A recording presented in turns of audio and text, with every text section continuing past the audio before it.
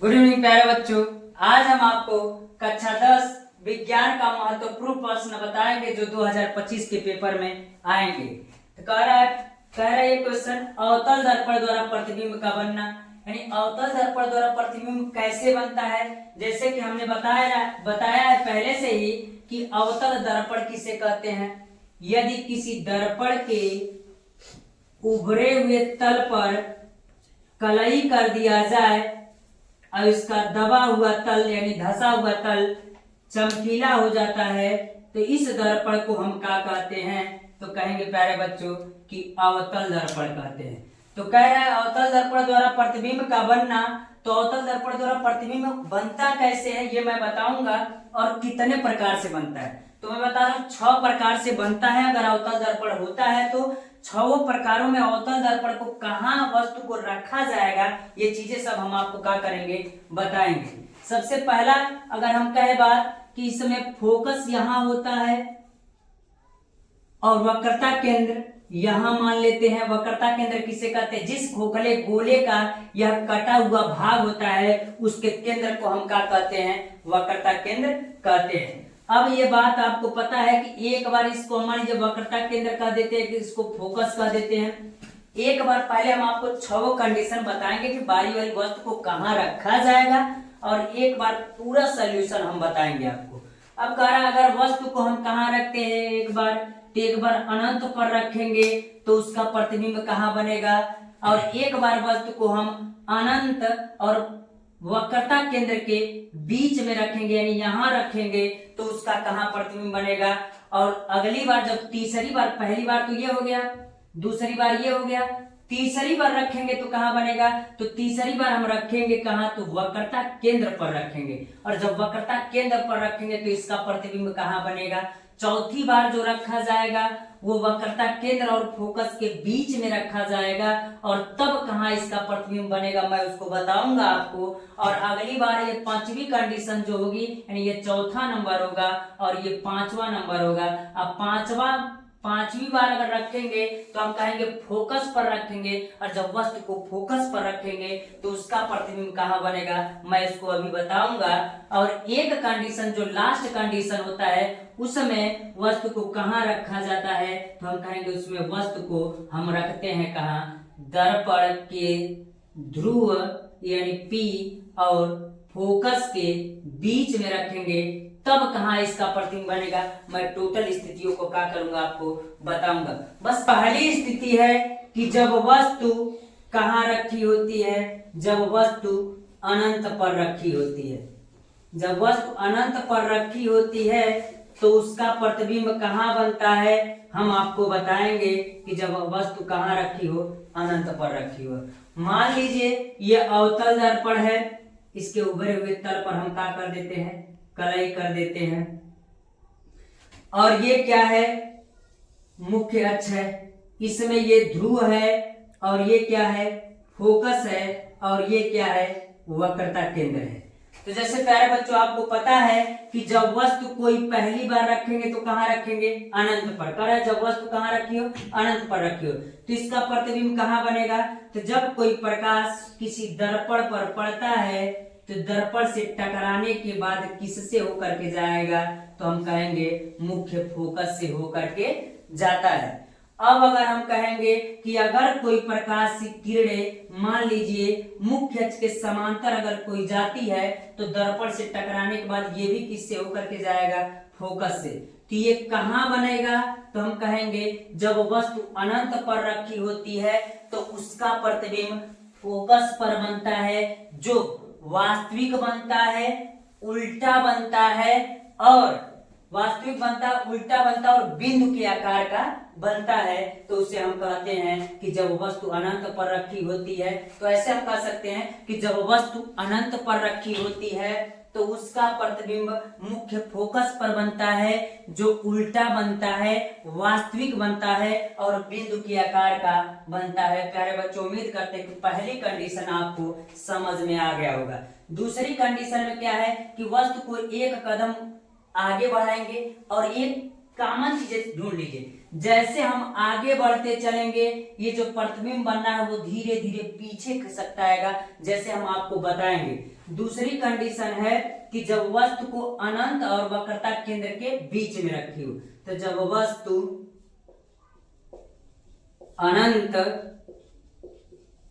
और वक्रता केंद्र के बीच में रखी हो।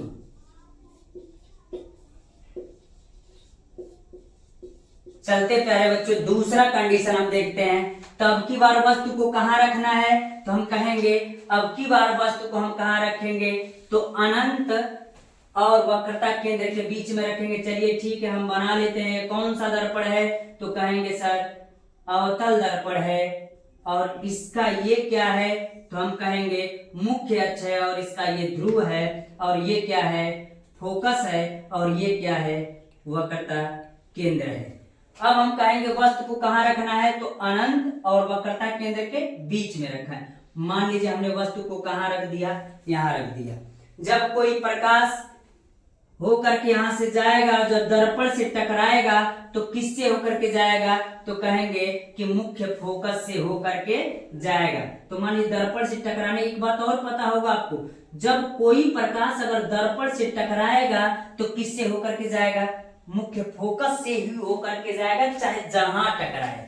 तो ये जाएगा तो ऐसे टकराएगा, और हम कहेंगे ये क्या है, आपका वस्तु है। ठीक, अब आपको पता है कि अगर कोई प्रकाश, हम कहे आपसे कि अगर वक्रता केंद्र से होकर के जाता है तो अपने मार्ग में क्या हो जाता है, सीधे निकलता है। तो एक दूसरे को कहां काटा, तो यहाँ काटा। तो प्रतिबिंब अब की बार कहां बना, तो कहेंगे वक्रता केंद्र और फोकस के बीच में बनता है, जो उल्टा बनता है। ये क्या है, प्रतिबिंब है। और आपको पता भी होगा प्यारे बच्चों कि जो प्रतिबिंब बन रहा है इसके मुकाबले उल्टा बन रहा है। तो हम कहेंगे कि जब वस्तु अनंत और वक्रता केंद्र के बीच में रखी होगी तो उसका प्रतिबिंब वक्रता केंद्र और फोकस के बीच में बनेगा, जो उल्टा बनेगा, वास्तविक बनेगा और वस्तु से छोटा बनेगा। इतनी बात तो आपको उम्मीद करते प्यारे बच्चों समझ में आ गया होगा। अगली बार वस्तु को एक कदम और आगे बढ़ाएंगे तो ये भी इधर खिसकेगा। तो अगली बार कंडीशन है, तीसरी कंडीशन है कि जब वस्तु को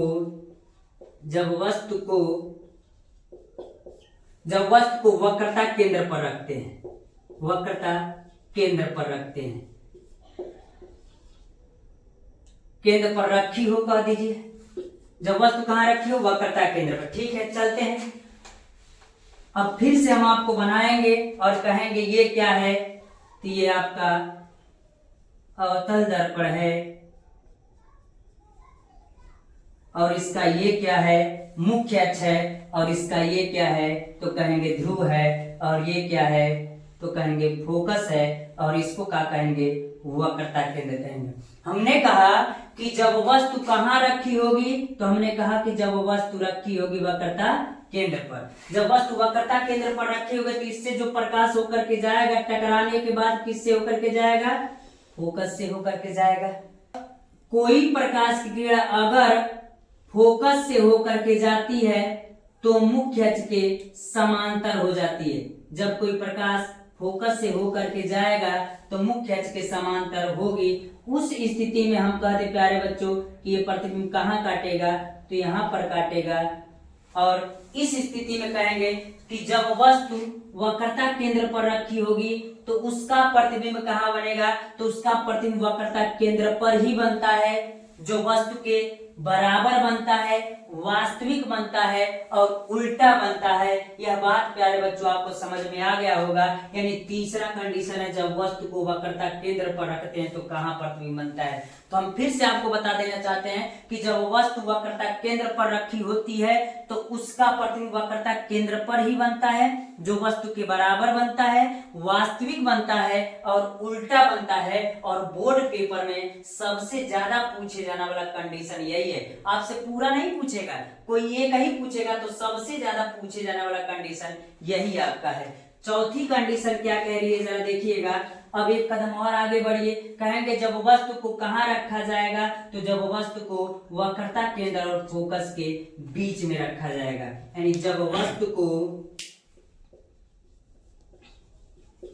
वक्रता केंद्र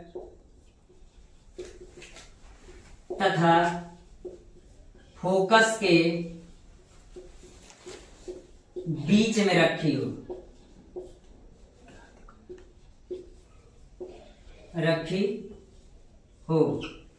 ठीक।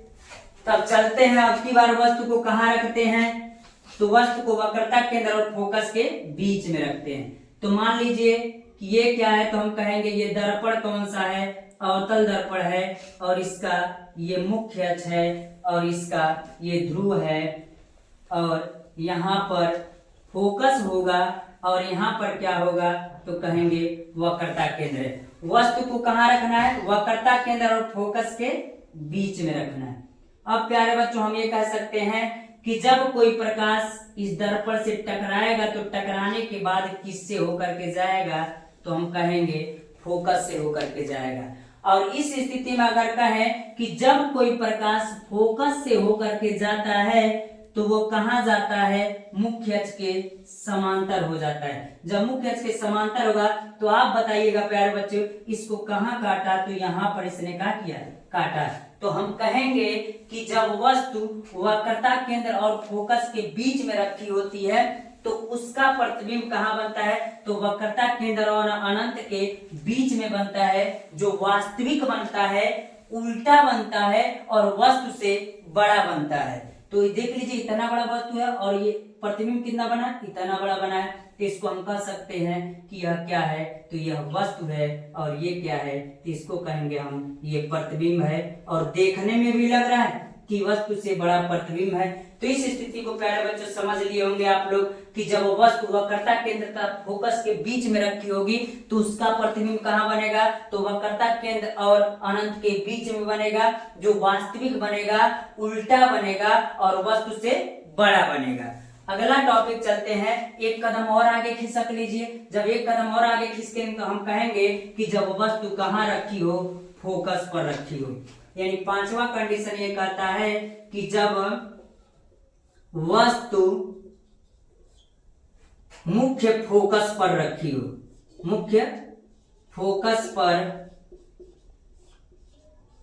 रखी हो, मुख्य फोकस पर रखी हो।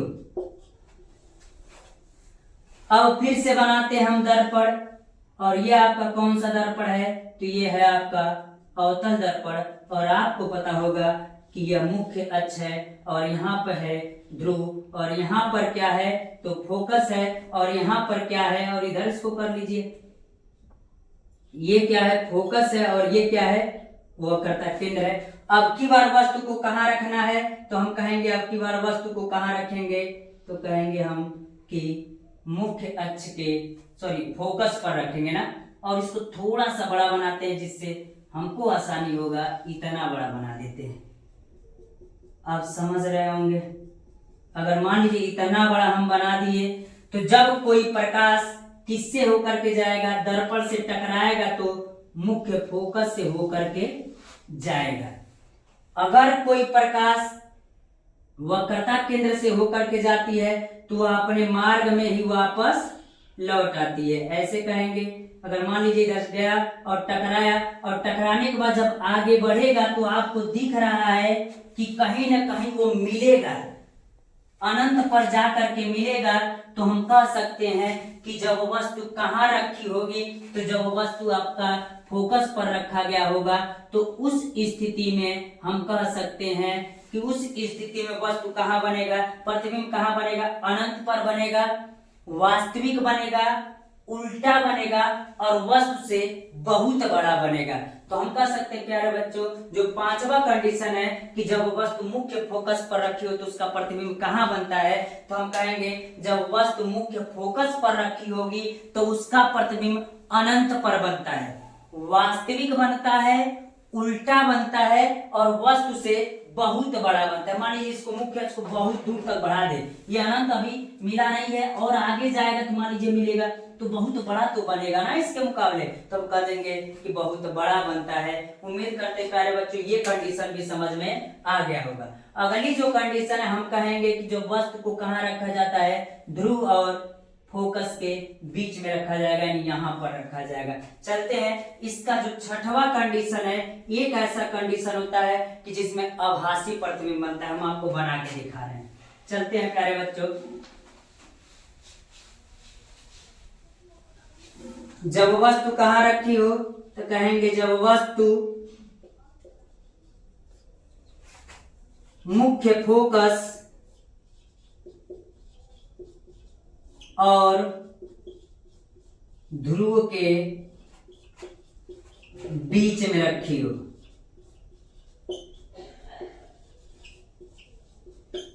ठीक है, तो अब की बार कहते हैं वस्तु को कहाँ रखा जाएगा, थोड़ा सा इधर बनाइए क्योंकि इधर बनेगा ये। तो जब इधर बनाएंगे तो ये आपका क्या हो जाएगा, तो हम कहेंगे यह दर्पण है, वो भी अवतल दर्पण है।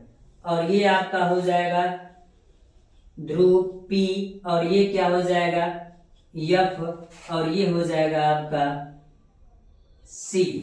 अब की बार वस्तु को कहाँ रखना है, तो थोड़ा सा और बड़ा कर दीजिए, यहां रख लीजिए। मान लीजिए अब की बार वस्तु को अगर हम कहें कि रखा जाएगा ध्रुव और फोकस के बीच में, तो हम यहाँ पर रखते हैं। तो जब कोई वस्तु रखी रहती है, इससे प्रकाश जो निकलता है तो दर्पण से टकराने के बाद किससे होकर के जाता है, तो हम कहेंगे प्यारे बच्चों मुख्य फोकस से होकर के जाता है। और जो कोई प्रकाश अगर वक्रता केंद्र से होकर के जाता है तो अपने मार्ग में वापस का हो जाता है, लौट आता है। अगर इसको हम इस दिशा में बढ़ाते हैं, तो इस दिशा में बढ़ाएंगे तो आप बताइए प्रकाश फैलता जाएगा तो क्या इधर मिलने का चांसेस है क्या? तो हम उम्मीद करते हैं इसको इधर न बढ़ा करके कल्पना करेंगे कि आगे कहीं जाके ऐसे का होगा, मिलेगा। तो हम कह सकते हैं कि ऐसे मिलेगा। हम उम्मीद कर लेते हैं यहाँ पर क्या होता है, मिलता है। तो हम कह सकते हैं कि जब वस्तु मुख्य फोकस और ध्रुव के बीच में रखी हो तो उसका प्रतिबिंब कहाँ बनेगा, तो कहेंगे दर्पण के पीछे बनेगा और सीधा बनेगा, आभासी बनेगा और वस्तु से बड़ा बनेगा। तो हम उम्मीद करते हैं प्यारे बच्चों कि छठवां कंडीशन जो है वह भी आपका तैयार हो गया होगा। और ये क्या कहता है, फिर से सुन लीजिए, जब वस्तु मुख्य फोकस और ध्रुव के बीच में रखी हो तो उसका प्रतिबिंब लेंस की दूसरी ओर दर्पण के पीछे बनता है, जो आभासी बनता है, सीधा बनता है और वस्तु से बड़ा बनता है। और एक ही कंडीशन होता है जिसमें आभासी बनता है और सीधा बनता है। बाकी पांचों कंडीशन में आपका कैसा बनता था, तो वास्तविक बनता था और उल्टा बनता था, वास्तविक और उल्टा बनता था। तो उम्मीद करते प्यारे बच्चों इतना आपको समझ में आ गया होगा। और इस समय से आपका 6 कंडीशन नहीं पूछेगा, एक कंडीशन कोई पूछेगा, या तो बहुविकल्पी में भी पूछ सकता है। इसलिए प्यारे बच्चों आप इस क्वेश्चन को तैयार कर लीजिएगा जो बोर्ड पेपर के लिए बहुत महत्वपूर्ण है। धन्यवाद प्यारे बच्चों।